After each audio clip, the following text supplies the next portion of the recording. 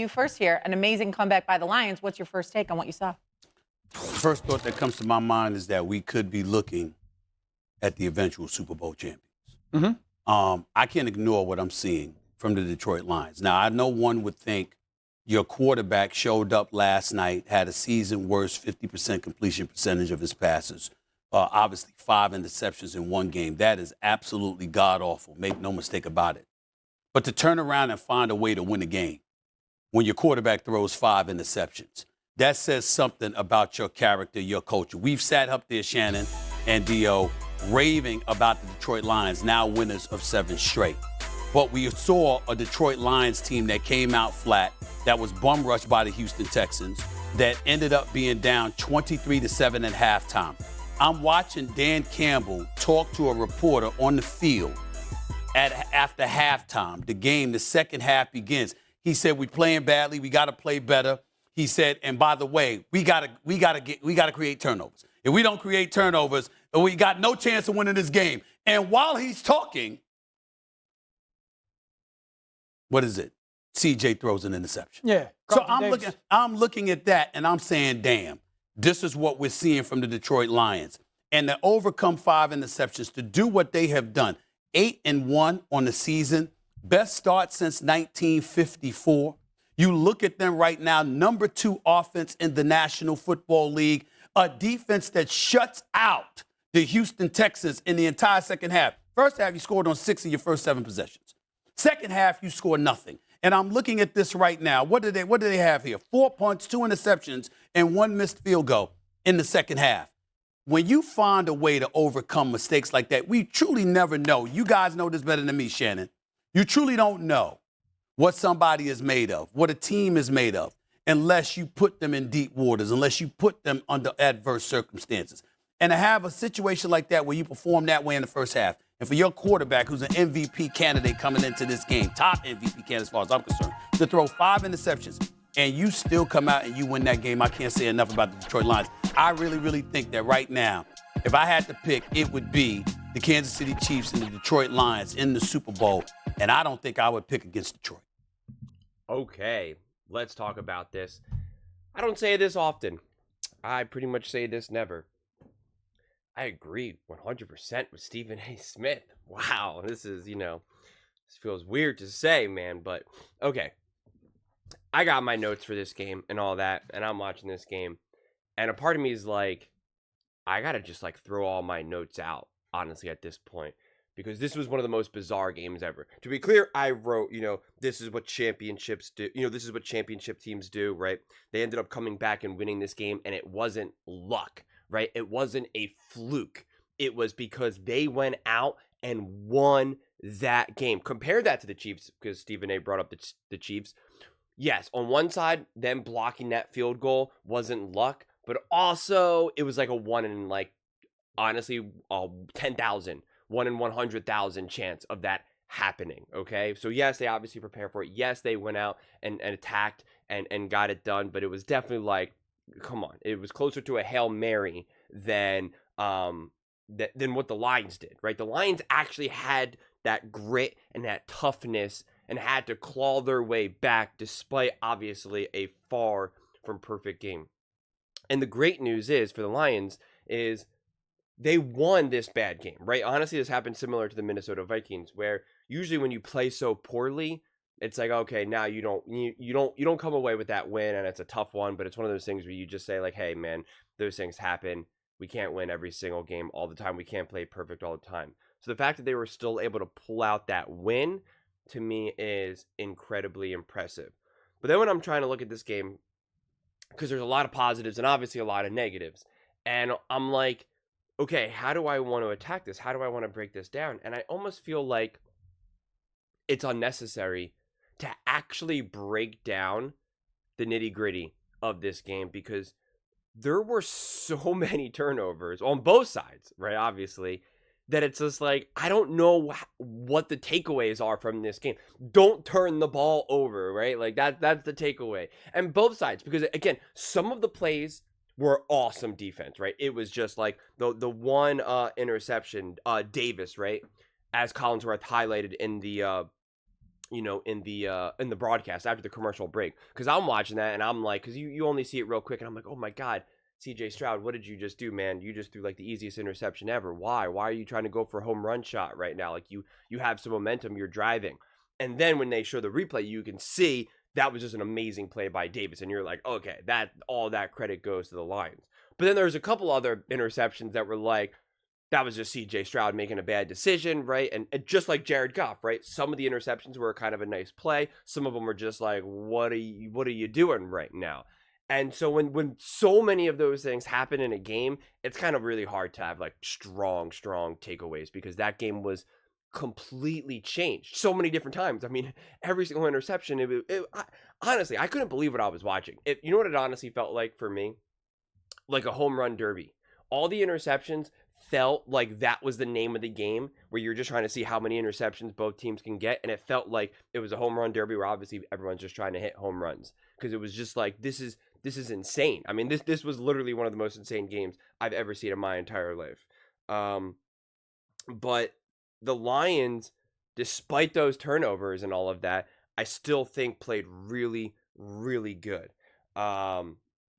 Again, to get those interceptions, to then score and maximize was obviously so important. And to just never give up more than anything. Like, to me, that is the takeaway from this game, is that whatever could go wrong did go wrong, and yet they did not give up. They did not collapse. They did not start fighting on the sideline. Receivers weren't throwing their hands in the air. Right, the defense wasn't exhausted because they were on the field so much, and kept, the defense was on their back foot, right? They kept being on this short field, right? A short field, as well as quick drives for the Lions, for offensively. So the defense was out there a lot, and again in compromised situations, and to see them be that levels of resilience, I think is just wildly impressive. Again, doing it on the road, against a Texans team that definitely was kind of going all in. They didn't like how their last game unfolded, and so they were trying to right that ship clearly.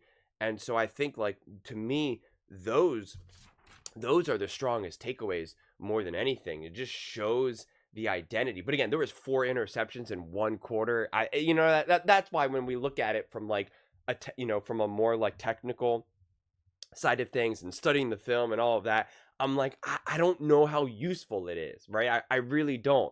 The other thing that I thought was interesting, though, was Collinsworth was adamant about saying this on the broadcast, and I disagree with him. I get what he was saying, but I think it was worded poorly, and I love Collinsworth.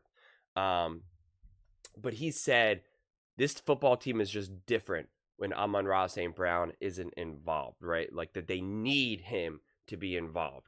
And obviously, with Amon-Ra St. Brown involved, your team is going to be better, right? Can't dispute that. But this idea, the way how it was worded, made me feel like it was like, as long as you slow down Amon-Ra St. Brown, you slow down this Lions team, and now they're like, boom, right? Like, that's the way to beat them. Now, any team, this is where like people get really upset when you talk about like Lamar Jackson, when you say turn him into a passer. People say like, oh, that means you're saying that he can't pass. It's like, no, it's just technically not his strongest point. If he's 100% at doing a few other things, and the Ravens as a whole are 100% at doing another thing, they're like 97 at maybe passing. So that's your best shot at beating them is to try to make what they do at 97 instead of 100. So yes, when Amon-Ra St. Brown is really heavily involved and that offense is humming, they're at 100. But again, the way it was worded, it felt like we were saying, oh, the Lions, they dropped down all the way to 80. They just can't get this offense going at all. And that's not, for one, I don't think that's true. And two, that was proved not to be true. Like, Ben Johnson found a way to have that offense going without Amon-Ra St. Brown getting involved as you would have initially liked. And again, if you take care of the ball and you don't throw all those interceptions, then offense obviously looks significantly different.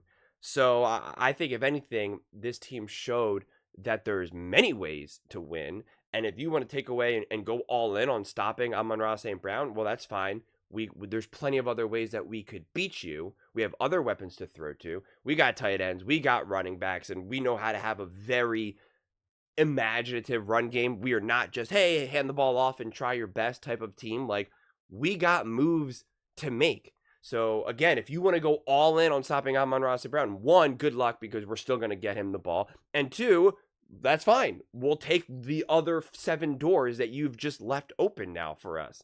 And again, they showed that. They proved that. And, again, throw out all of Goff's interceptions, because that was definitely a fluke.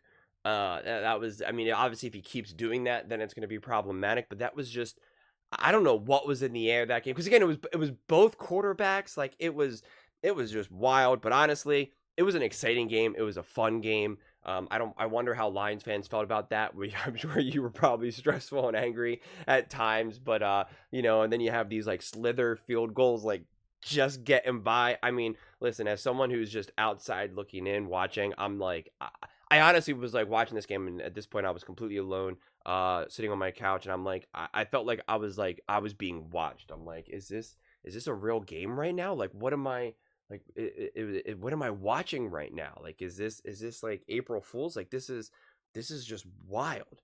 But listen, man, I think anyone who's questioning how great the Lions are, again, man, good luck. Walk that path yourself.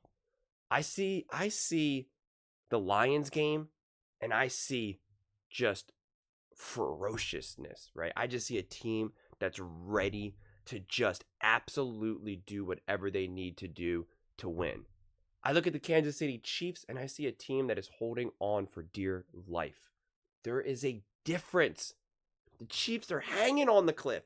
They got their fingers grabbing on the side. Yeah, they got really, really strong fingers. They got the strongest fingers in the game, no doubt about it, and they're hanging on. The Lions, they got all their gear. They're ready. They got their whole team, right? I mean, they got their elevators, their jetpacks. Like, they're able to just grab into it and just keep hiking up that cliff. So it's just one of those things where it's like, yeah, who are you going to bet on if it was the Lions versus the Chiefs? I understand. The Chiefs have the history and all of that. I get it. I actually really do not care. I really do not care. Because if we could only use history as a reference, well, then the Lions shouldn't be this good at all. The Lions shouldn't even be where they are right now. So history means nothing to me in that regard. Again, I don't care what happened in 22. It's a different team. I don't care what happened in 23. It's a different team. I don't care what happened in 2019. Different team. None of that matters to me. None of it. I'm focused on 2024. And right now, in 2024, on November 11th, the Lions look like the best team in the NFL. That should not be a controversial statement. But yet the media and fans want to make you feel that that's a controversial statement to me. It's not. The Lions are without a doubt the best team in the NFL today. No question about it. But those are just my thoughts. I'd absolutely love to hear yours. What do you guys all think about the Detroit Lions, who Stephen A. thinks are favored to win the Super Bowl? Let me know in the comments below. I read every single comment, so whether you agree with me or disagree with me, either way, let's get in some discussions. Let's get in some fights, but ultimately, let's just have some fun. And please do consider subscribing. We are building an amazing community here, and I'd absolutely love to see you part of it. I want to build something that we all genuinely feel connected to, something that we're really excited to be part of. I think we're well on our way to doing it. Please don't forget to give this video a thumbs up, as it really does help with the visibility and the algorithm. Thank you so much, and see you next time.